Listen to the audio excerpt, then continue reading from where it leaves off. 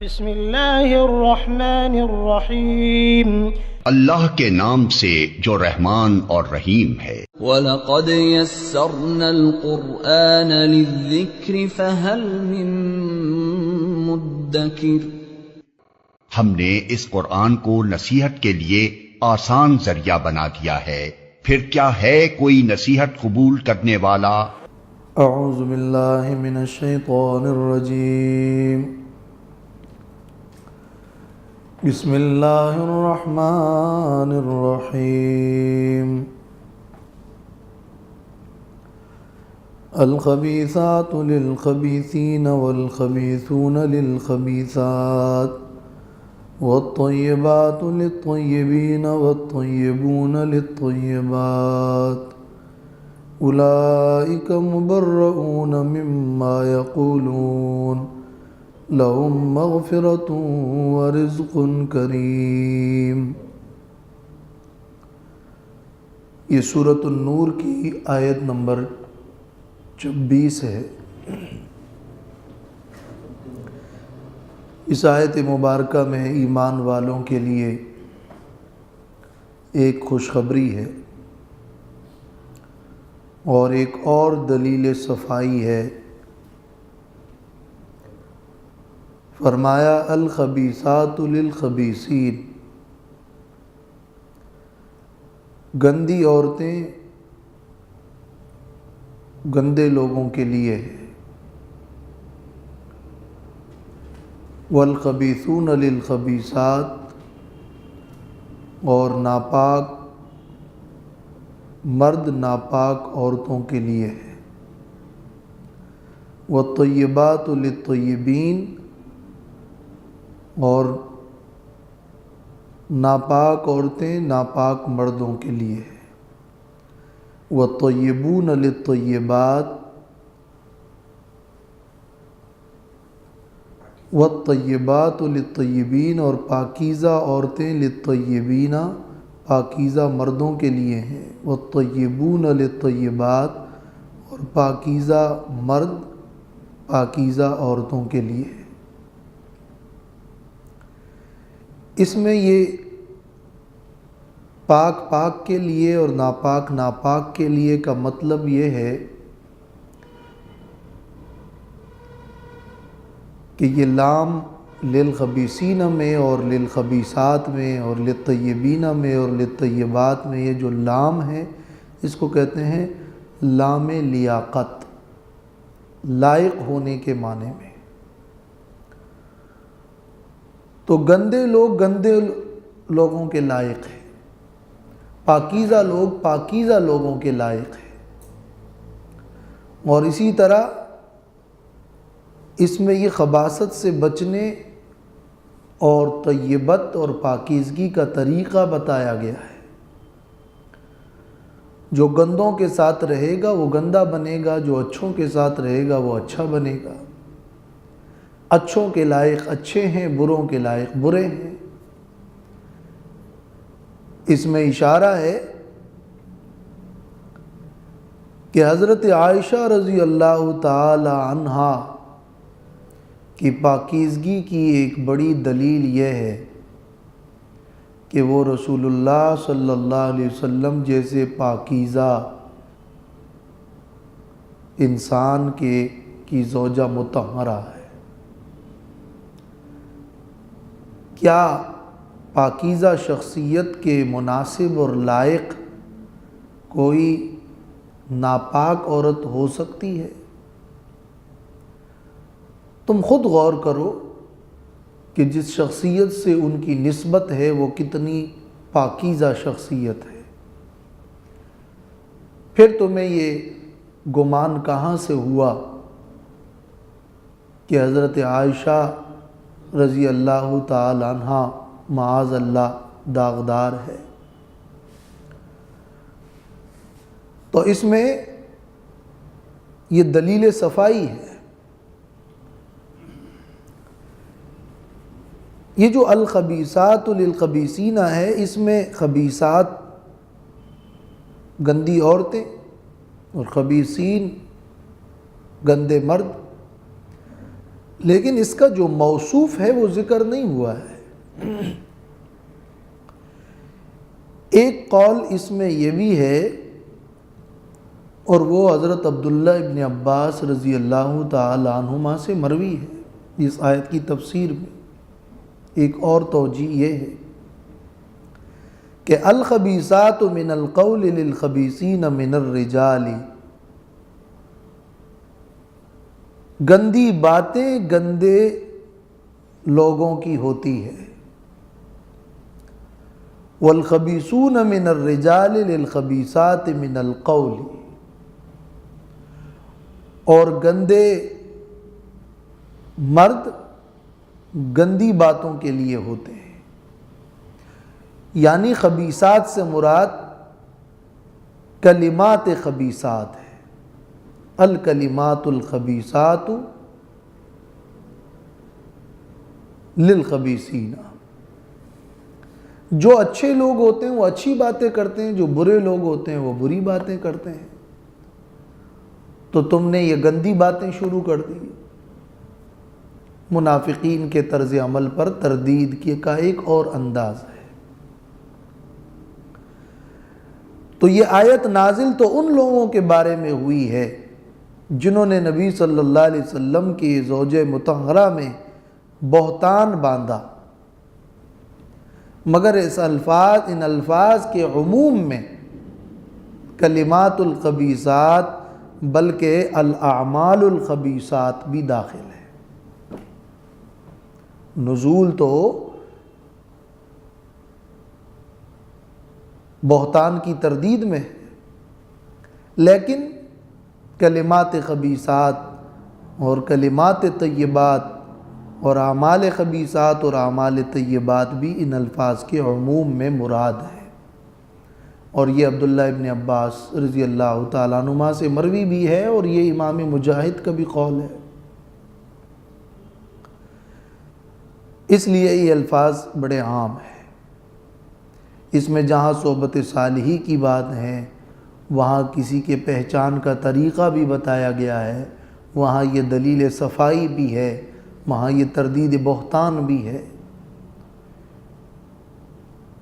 اولئک مبرؤون مما یقولون، یہ لوگ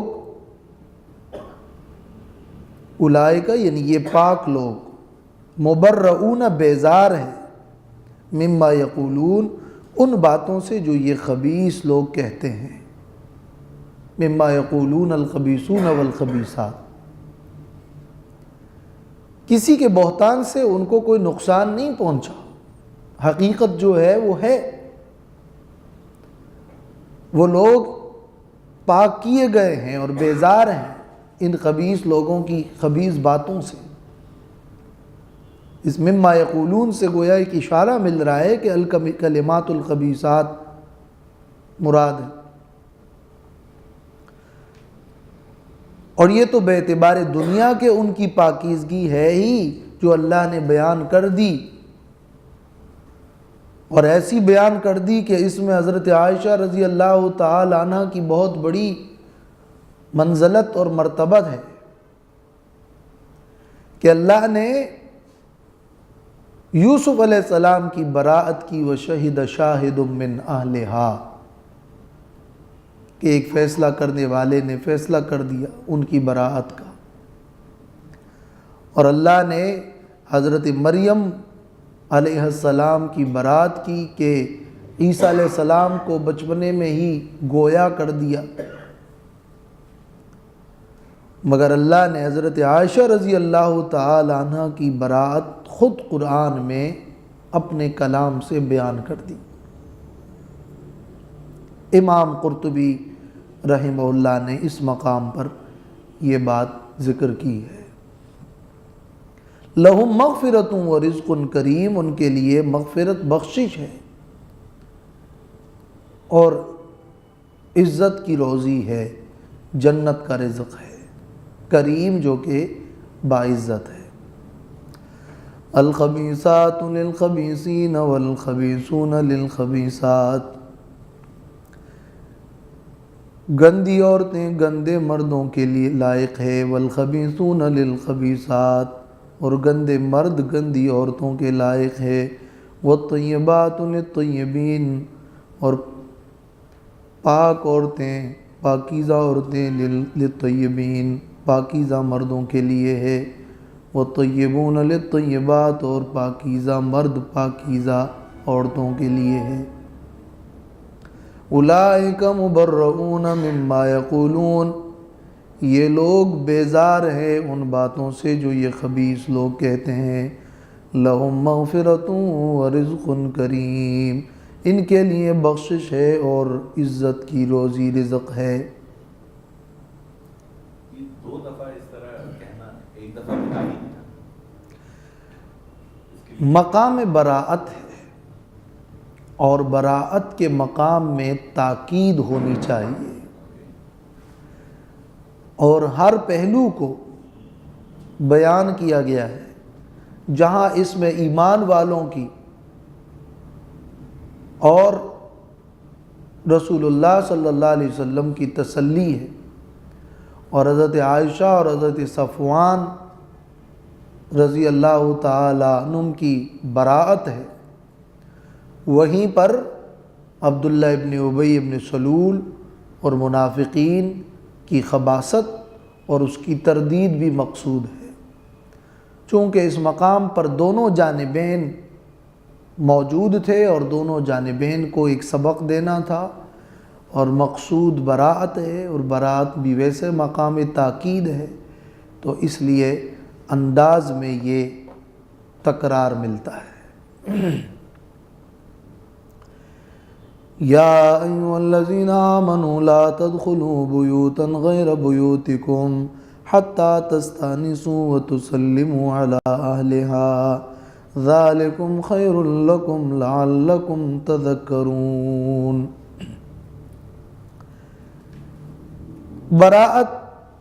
براءت عائشہ رضی اللہ تعالیٰ عنہ کے بعد اب یہ آداب کا بیان شروع ہوتا ہے کہ معاشرے کے اندر پاکیزگی پیدا کرنے کے لیے کچھ احکامات دیے جا رہے ہیں کہ اگر ان احکام پر تم عمل کرو گے تو اس کے نتیجے میں تمہارے اندر اچھے کلمات، اچھے اعمال اور اچھے خصائل وہ پروان چڑھیں گے۔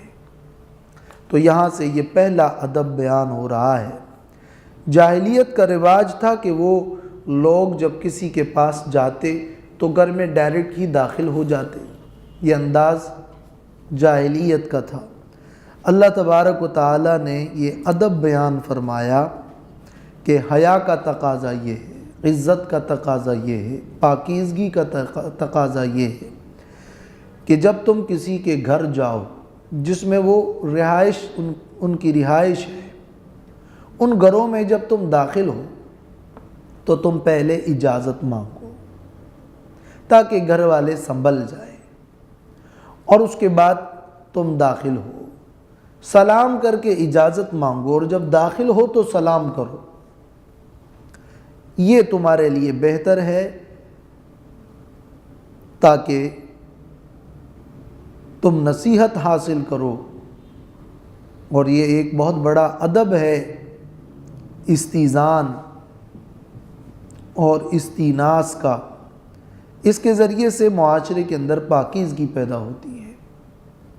گویا نوبت وہاں تک پہنچتی ہی نہیں کہ جو بے حیائی کا ماحول ہے، پہلے سے ہی اس کی روک تھام ہو جاتی ہے، اور یہ صدًا للذریعہ، بے حیائی کے ذرائع کو روکنے کے لیے معاشرتی آداب ہیں۔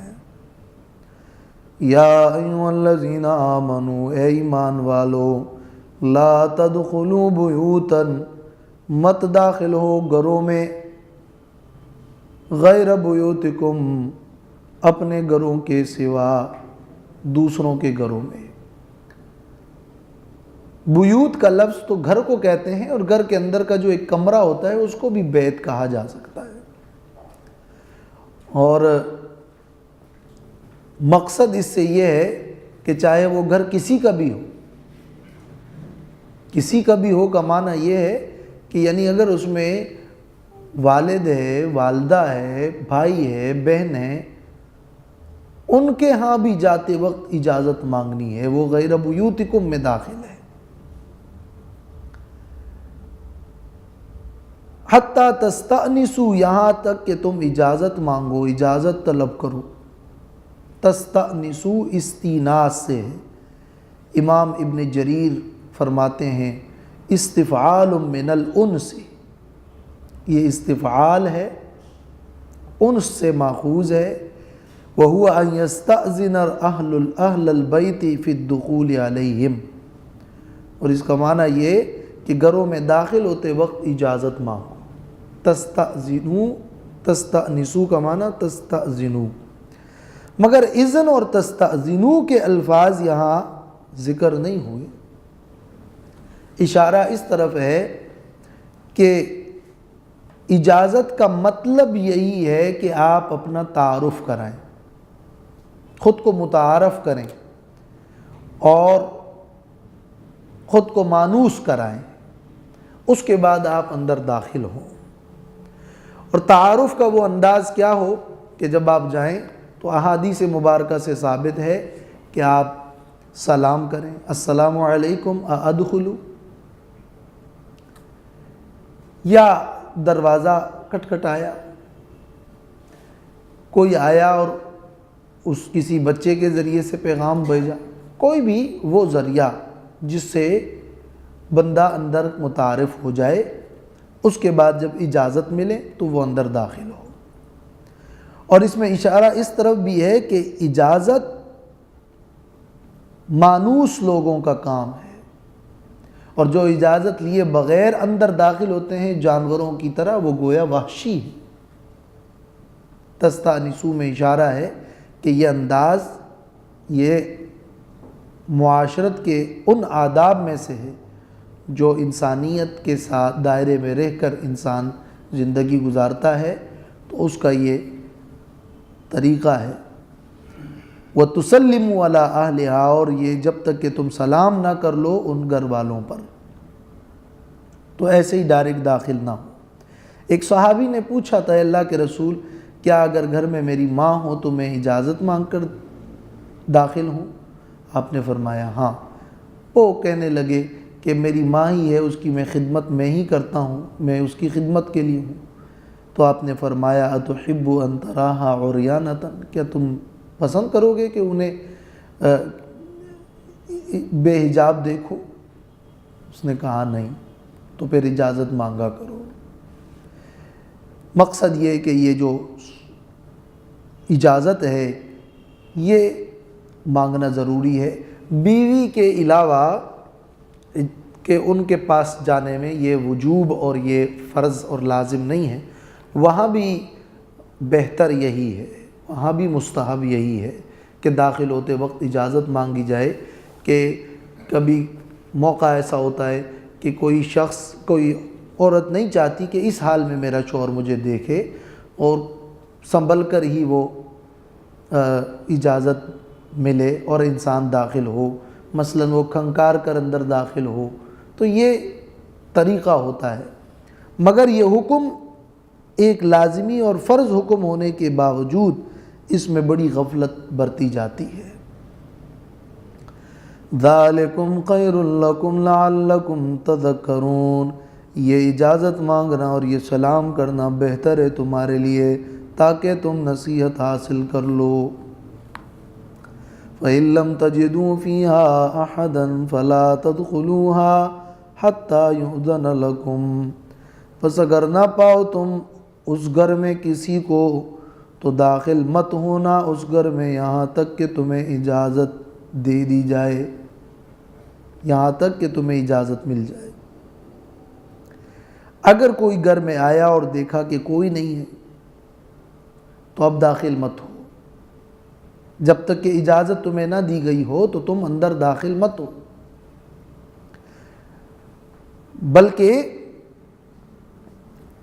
وَإِن قِيلَ لَكُمْ ارْجِعُوا، اور اگر کہا جائے تم سے کہ لوٹ جاؤ، فَارْجِعُوا تو لوٹ جاؤ، ہُوَ أَزْكَىٰ لَكُمْ، یہ لوٹ جانا تمہارے لیے پاکیزہ تر ہے، یہ بہت پاکیزہ ہے۔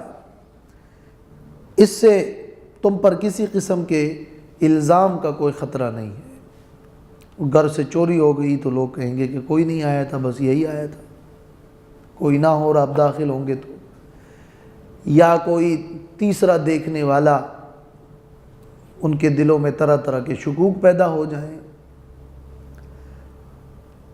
تو دلوں کو صاف کرنے کے لیے ضروری ہے کہ اگر تم سے کہا جائے کہ لوٹ جاؤ تو واپس لوٹو۔ ضروری نہیں ہے کہ تم جس وقت گئے ہو وہ صاحب خانہ تم سے ملاقات کے لیے اس وقت تیار ہو، شاید وہ مصروف ہو، شاید وہ اس وقت تھکا ہوا ہو، وہ ملنا نہیں چاہتا۔ تو دوسروں کے مزاج کا بھی لحاظ رکھنا چاہیے، یہ اسلامی آداب ہے۔ اس میں بھی بڑی کوتاہی ہوتی ہے کہ اس میں لوگ سمجھتے ہیں کہ جب میں آیا تو اب کوئی روک ٹوک نہیں، پھر مجھ سے ملاقات نہیں کی، یہ متکبرانہ انداز ہے۔ اس پر پریشان ہونے کی، ناراض ہونے کی ضرورت نہیں ہے، وہ اس وقت فارغ نہیں ہے۔ کبھی ویسے ہی انسان غصے کی حالت میں ہوتا ہے، نہیں چاہتا کہ ملاقات کریں، وہ مناسب نہیں ہے، یا کسی ایک اچھی فکر میں ہوتا ہے اور اس کی اس فکر کو آپ نے اس میں خلل ڈالا،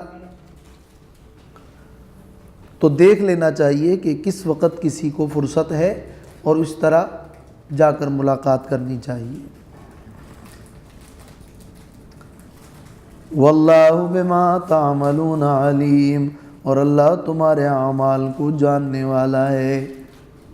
تم جو بھی عمل کرتے ہو اللہ اس کو جانتا ہے اور اس کا اجر و ثواب ملے گا۔ کسی نے تمہیں حقیر سمجھتے ہوئے اگر کہا کہ نہیں تم سے نہیں ملنا ہے تو اس کو بھی اللہ جانتا ہے، اور اللہ کے لیے تم نے اللہ کے حکم پر عمل کرتے ہوئے اگر تم گئے اور کیا ارادہ تھا اور کیا نیت تھی، اور ان آداب کا لحاظ کر کے اگر تمہیں جواب نہیں ملا اور تم چلے گئے تو اللہ جانتا ہے تمہاری نیتوں کو، تمہارے ارادے کو، اس کے مطابق تمہیں اجر و ثواب مل جائے گا۔ اور یہ رسول اللہ صلی اللہ علیہ وسلم کا اور صحابہ کرام کا طریقہ تھا کہ وہ آ کر اجازت مانگتے اور 3 بار کہتے، اگر نہ سنا ہو تو 3 بار اجازت مانگتے، جواب نہ آتا تو چلے جاتے۔ اور یہی ہوا، حضرت رسول اللہ صلی اللہ علیہ وسلم جب حضرت سعد کے گھر آئے اور سلام کیا، حضرت سعد نے آہستہ سے جواب دیا، آپ نے پھر سلام کیا، پھر آہستہ جواب دیا، آپ نے پھر سلام کیا، پھر آہستہ جواب، تو آپ واپس ہوئے۔ حضرت سعد آئے اور کہا اللہ کے رسول آپ کا سلام سنا تھا مگر میں نے آہستہ جواب دیا تاکہ آپ کے سلام کی برکت بار بار ملے، اور پھر آپ کو لے کر آئے اور تواضع کی۔ تو آپ صلی اللہ علیہ وسلم نے اپنے عمل سے اس طرح دکھایا۔ اس میں بڑوں کی، علماء کی کوئی تخصیص نہیں ہے، یہ ایک عمومی حکم ہے۔ بعض صحابہ کرام سے مروی ہے کہ وہ اس حکم پر عمل کرنے کے لیے جا کر دروازے کٹکھٹاتے تھے کہ کوئی ایسا ملے جو ہمیں کہے کہ ہم فارغ نہیں ہیں، واپس جاؤ۔ اور ایک صحابی کے بارے میں ملتا ہے کہ 6 مہینے تک وہ ایسا کرتے رہے، آخر کار کسی ایک بندے نے ان کو ایسا کہہ دیا اور اس سے انہیں بڑی خوشی ہوئی کہ اس آیت پر میں اب عمل کرنے کے قابل ہوا۔ تو صحابہ کرام اس طرح عمل کرتے تھے قرآن مجید کی آیات پر۔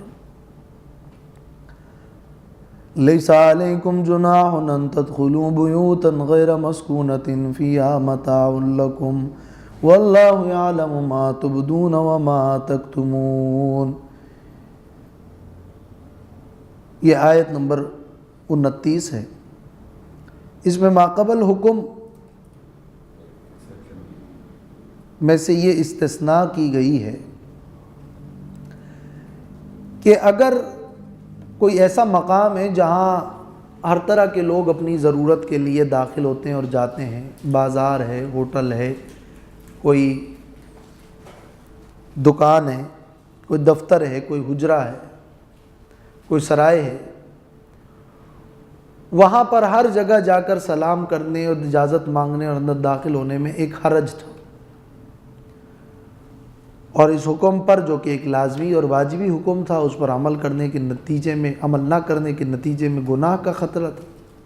صحابہ کرام کو تو اس کی بڑی فکر لاحق ہوئی، تو اللہ تبارک و تعالیٰ نے فرمایا کہ اگر کوئی ایسا گھر ہے جہاں کسی کی رہائش نہیں ہے، وہاں عمومی طور پر اجازت ہے سب لوگوں کو، دلالتاً ایک اجازت موجود ہے، سب کی ضروریات وہاں پر ہے، تو وہاں پر اجازت لینا ضروری نہیں ہے، اور اجازت نہیں لوگے تو کوئی گناہ نہیں ہے، الا یہ کہ اگر اس میں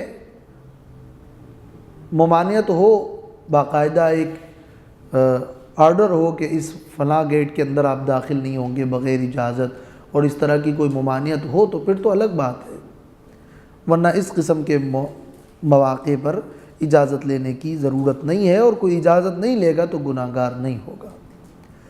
لیس علیکم جناح، نہیں ہے تم پر گناہ، ان تدخلوا بیوتا غیر مسکونہ، کہ تم داخل ہو جاؤ ایسے گھروں میں جہاں رہنا نہیں ہوتا، فیہا متاع لکم، اور وہاں تمہارے لیے کوئی نفع ہو، کوئی نفع کا سامان ہو، کوئی کاروبار ہو، کوئی نفع ہو۔ واللہ یعلم ما تبدون وما تکتمون، اور اللہ جانتا ہے جو کچھ تم ظاہر کرتے ہو اور جو تم چھپاتے ہو۔ قل للمؤمنین یغضوا من ابصارهم ویحفظوا فروجهم ذلک ازکی لهم ان اللہ خبیر بما یصنعون۔ یہاں سے دوسرا ادب بیان ہو رہا ہے آداب معاشرت میں سے۔ اسلام چاہتا ہے کہ اس لوگوں کا معاشرہ شہوانی ہے جانات سے اور تحریکات سے پاک ہو، اور ماحول پاکیزہ بنے، اور صنفی تعلقات کا دائرہ ازدواج کے اندر ہی محدود ہو، اور صرف یہی نہیں کہ لوگوں کے اعمال خراب اور منتشر ہو، اسلام چاہتا ہے کہ لوگوں کے خیالات بھی منتشر نہ ہونے پائے، اور عملی زندگی کے اندر انسان کی روحانیت تبھی پیدا ہو سکتی ہے کہ جب انسان کے اندرونی باطن میں پاکیزگی ہو۔ تو اللہ تبارک و تعالیٰ نے ایسے احکام جاری کیے ہیں جس کے ذریعے سے معاشرہ پاک ہو۔ وہ احکام اسلام کے 3 قسم کے ہیں۔ کچھ احکام وہ ہے جس کا تعلق اصلاح باطن سے ہے، کہ انسان کا اندر پاک ہو، خود ہی وہ سوچے کہ یہ ایک غلط حرکت ہے، اور صرف اللہ تبارک و تعالیٰ کے حکم کو بجا لا کر ہی انسان کا نفس اندر پاک ہو۔ اصلاح باطن کے لیے کچھ احکامات دیے گئے ہیں۔ نمبر 2، کچھ ایسی انسدادی تدابیر اختیار کی گئی ہیں کہ اگر ان احکام پر تم عمل کرو گے تو نوبت ہی نہیں آئے گی گندگی کی اور گندے خیالات کی۔ ایک باطن کی اصلاح ہو جائے، پھر کچھ ایسے اعمال و احکام ہو کہ اگر اس پر عمل کرو گے تو وہاں تک بات نوبت پہنچے گی نہیں۔ اور صوم اگر اس قسم کی نوبت پہنچے تو پھر تعزیری قوانین دیے گئے ہیں کہ جو کوئی اللہ کے ان احکام کو توڑے گا، معاشرے کو خراب کرے گا اور پاکیزگی پر اثر پڑے گا، تو پھر ان کے لیے سزاؤں کی صورت میں ایسے قوانین موجود ہو تاکہ اس قسم کے عناصر اور گندگی جنم نہ لے۔ تو کچھ احکام اسلام کے اصلاح باطن سے متعلق ہیں، کچھ انسدادی تدابیر ہیں، اور کچھ تعزیری قوانین ہے۔ یہ جو حد زنا ہے، حد قذف ہے اور مختلف قسم کی تعزیرات ہیں، یہ سب تو اس وقت ہے نا کہ جب وہ غلطی ہو گئی اور جب اس قسم کے جرائم کیے جائیں تو اس کے بعد اس کی سزا دی جائے۔ مگر اس سے پہلے اسلام نے خود انسانی نفس کے اندر پاکیزگی پیدا کرنے کے لیے احکام دیے ہیں، اور اس سے پہلے ہی حفظ ما تقدمہ کے طور پر کچھ احکام دیے ہیں۔ ان احکام میں سے ایک حکم یہ ہے کہ قل للمؤمنین یغضوا من ابصارہم، کہہ دیجئے ایمان والوں سے کہ وہ بچا کے رکھے اپنی نظروں کو، یغضوا من ابصارہم، یہ سب سے پہلا حکم ہے اور سب سے اہم ترین حکم ہے، اور جو اس حکم پر عمل کر گیا تو بے حیائی کے قریب ہی نہیں جا سکتا۔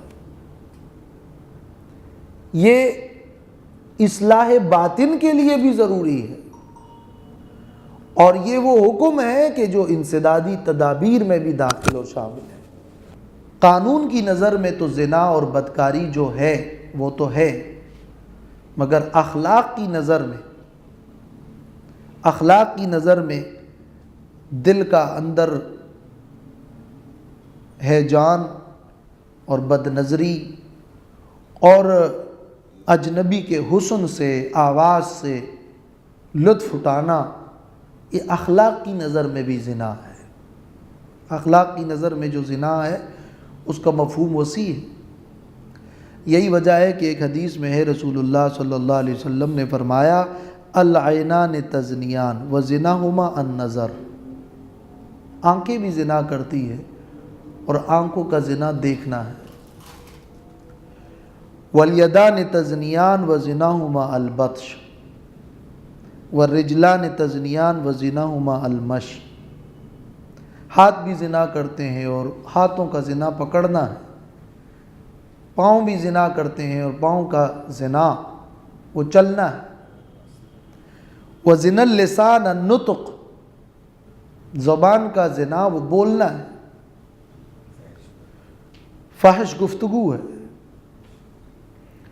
اور نفس کی تو بڑی تمنائیں اور خواہشات ہے، شرمگاہ اس کی یا تصدیق کر دیتا ہے یا پھر تکذیب کرتا ہے، مگر اس کے لیے جو راستہ ہے، اس کے لیے جو ذرائع ہے، وہ تو آنکھیں ہیں یا زبان ہے یا کان ہے۔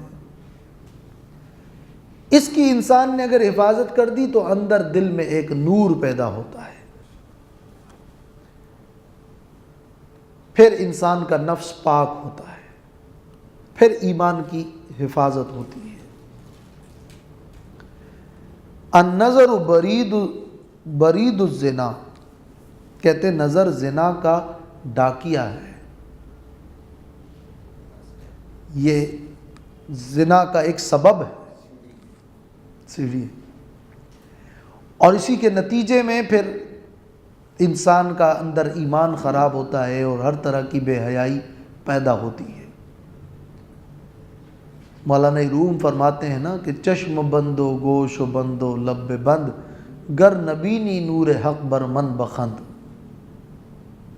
آنکھوں کو گناہ سے روک لو، کان کو گناہ سے روک لو، زبان کو گناہ سے روک لو، اگر نور حق نظر نہ آیا تو پھر مجھ پہ ہنسو۔ مولانا روم نے چیلنج دیا ہے، اگر نور حق نظر نہ آیا تو مجھ پہ ہنسو۔ رسول اللہ صلی اللہ علیہ وسلم نے فرمایا ہے کہ ان النظر سہم من سہام ابلیس مسموم، نظر تو شیطان کے تیروں میں سے ایک زہریلا تیر ہے، جس نے اس نظر کی حفاظت کی اور بد نظری کو چھوڑ دیا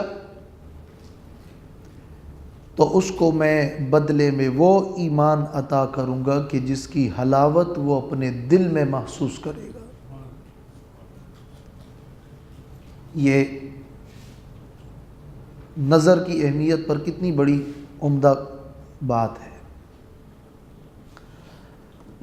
علماء فرماتے ہیں کہ من اطلق نظراته دامت حسراتہ، جس نے اپنی نظر کو یوں کھلا چھوڑ دیا ان کی حسرتیں ہمیشہ رہے گی۔ تمام تر مصائب و مشکلات کا مبدا نظر ہے۔ بڑی آگ نمودار ہوتی ہے چھوٹی سی چنگاری سے۔ کل الحوادث مبدأها النظر ومعظم النار من مستغذر الشرر۔ اس لیے یہ وہ پہلا اور ابتدائی حکم ہے۔ آگے حفاظت شرمگاہوں کا ذکر ہے، مگر شرمگاہوں کی حفاظت پر نظر کی حفاظت کو مقدم کیا گیا ہے، اس لیے کہ یہ سبب ہے، یہ ذریعہ ہے، یہ وہ پہلی چیز ہے اور یہ پہلا حکم ہے۔ قل کہہ دیجئے للمومنین، ایمان والوں سے، یغضوا، کہ وہ بند رکھیں، منع کر دیں، بچا کے رکھیں، نیچی کر لیں۔ اس کا ترجمہ جو کیا جاتا ہے عموماً اس کا بھی مطلب یہی ہے، بچا کے رکھنا۔ من ابصارہم، اپنی نظروں کو، اپنی نظروں میں سے۔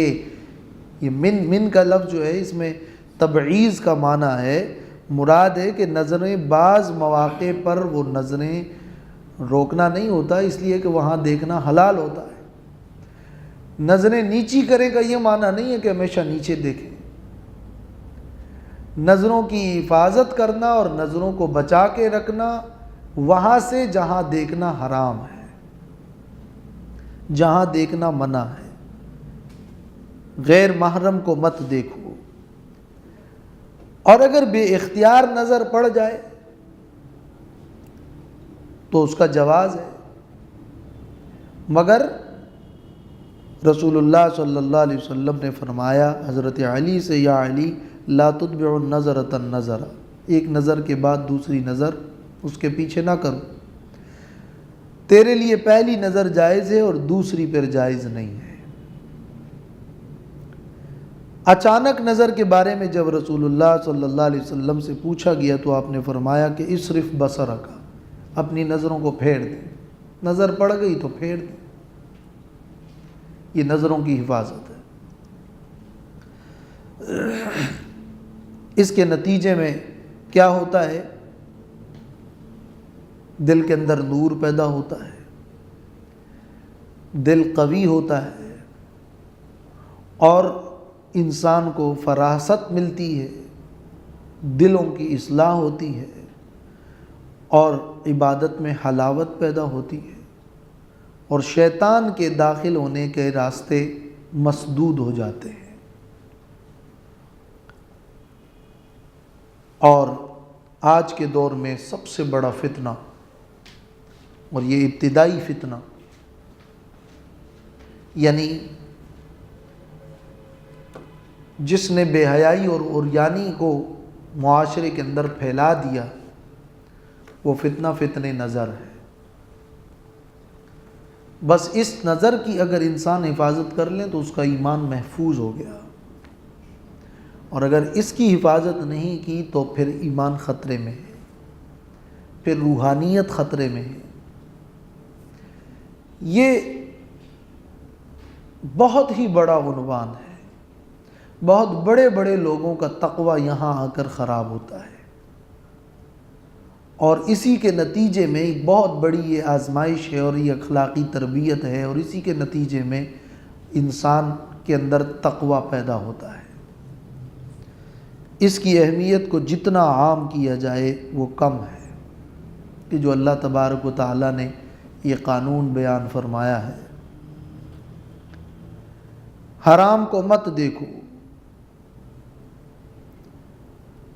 گندی تصاویر مت دیکھو، گندی ویڈیوز مت دیکھو، بلکہ ان بچوں کو بھی جو کہ قریب البلوغ ہیں اور حسین لڑکے ہیں ان کو بھی مت دیکھو، لڑکیاں تو درکنار، ان لڑکوں کو بھی مت دیکھو۔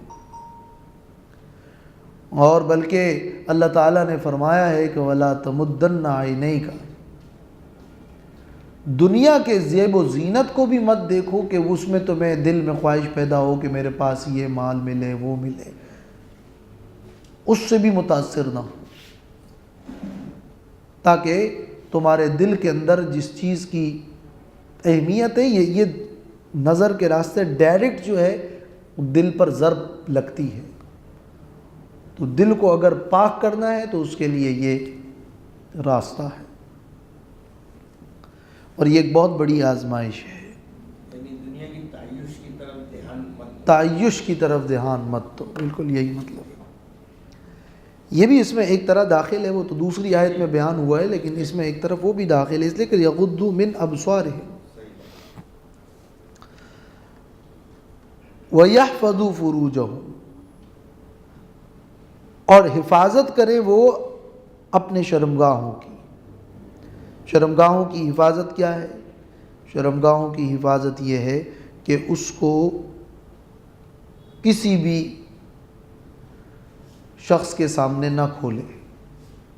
رسول اللہ صلی اللہ علیہ وسلم نے فرمایا لا ينظر الرجل الى عورت الرجل ولا تنظر المرأة الى عورت المرأة، کوئی آدمی کسی آدمی کے سطر کو نہ دیکھے، کوئی عورت کسی عورت کے سطر کو نہ دیکھے، یہ حفاظت فروج ہے۔